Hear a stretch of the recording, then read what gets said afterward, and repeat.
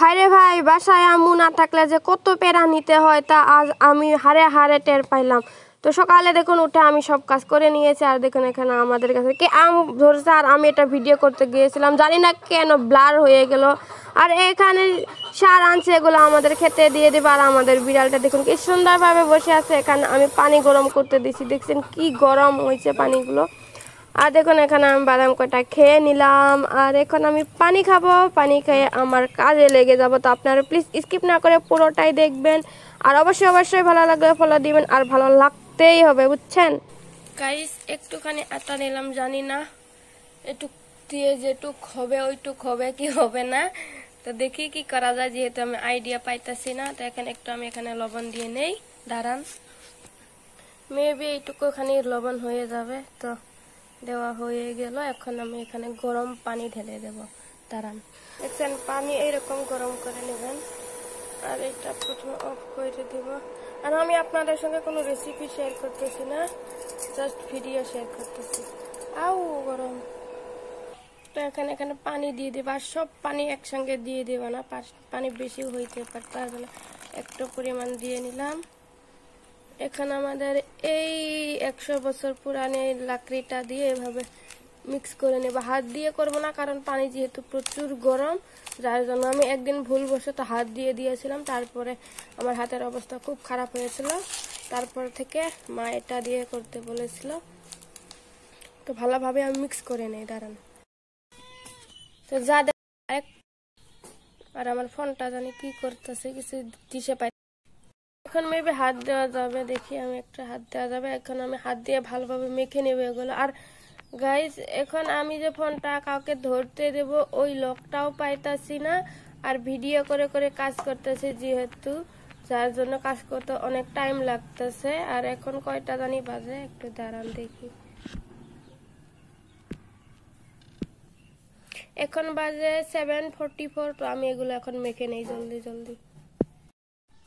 আমি ডোটা বানিয়ে নিয়েছি, এখন আমি এগুলো ছোট্ট ছোট্ট করে লাড়ু বানিয়ে নেব, মানে রুটি বানানোর জন্য ছোট ছোট করে নেব। আর এখানে গরম পানি দিয়েছি, গরম পানি দেওয়ার জন্য রুটিগুলো কিন্তু অনেক সফট হয়ে যাবে, যার জন্য আমি এখানে গরম পানি ইউজ করেছি। তো এখন আমি এগুলো তো এখন আমি এরকম করে ছোট ছোট করে লাড়ু বানিয়ে নেই, দাঁড়ান।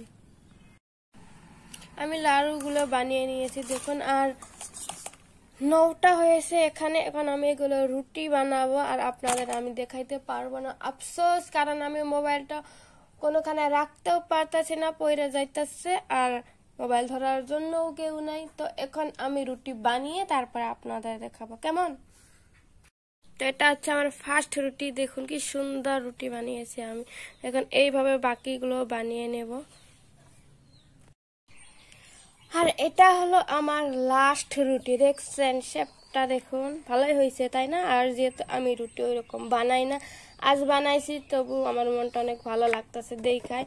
আর একটা কথা বলি আপনাদের, আপনারা রুটি বানাইতে না, এই যে এগুলো যে আমরা এক্সট্রা আটা ব্যবহার করি, এগুলো একটু কম করে ব্যবহার করবেন। এগুলো কম করে ব্যবহার করলে যখন আপনারা রুটি ভাজবেন, তখন রুটিটা একদম ধলা, মানে সাদা হয়ে যাবে, দেখতে সুন্দর। আর না হলে এগুলো বেশি ইউজ করলে তখন রুটিটা কেমন দেখতে লাল লাল হয়ে যায়।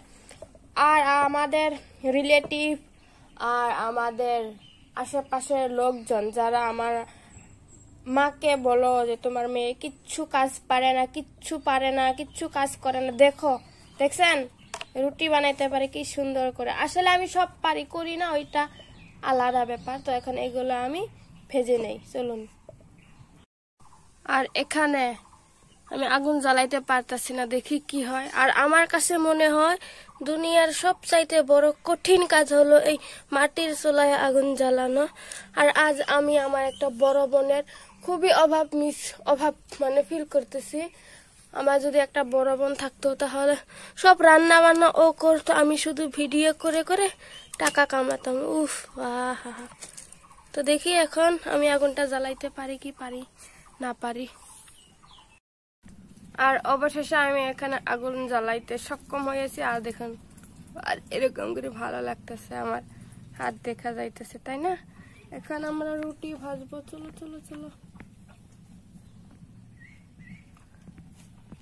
বিসমিল্লাহির রহমানির রহিম।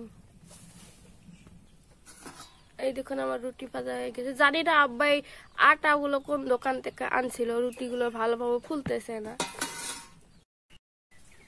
আমার রুটি বানানো হয়ে গেছে দেখুন, কয়েকটা ভালো হয়েছে, কয়েকটা খারাপ হয়েছে। এর মধ্যে আমি এগুলো বানাইছি। এখন আমার আব্বাকে আমি খাইতে দেব। আব্বা খেয়ে দিয়ে স্কুলে যাবে, তার জন্য দুধ গরম হইতে দিছি। এগুলো গরম হইলে খাইতে দেব।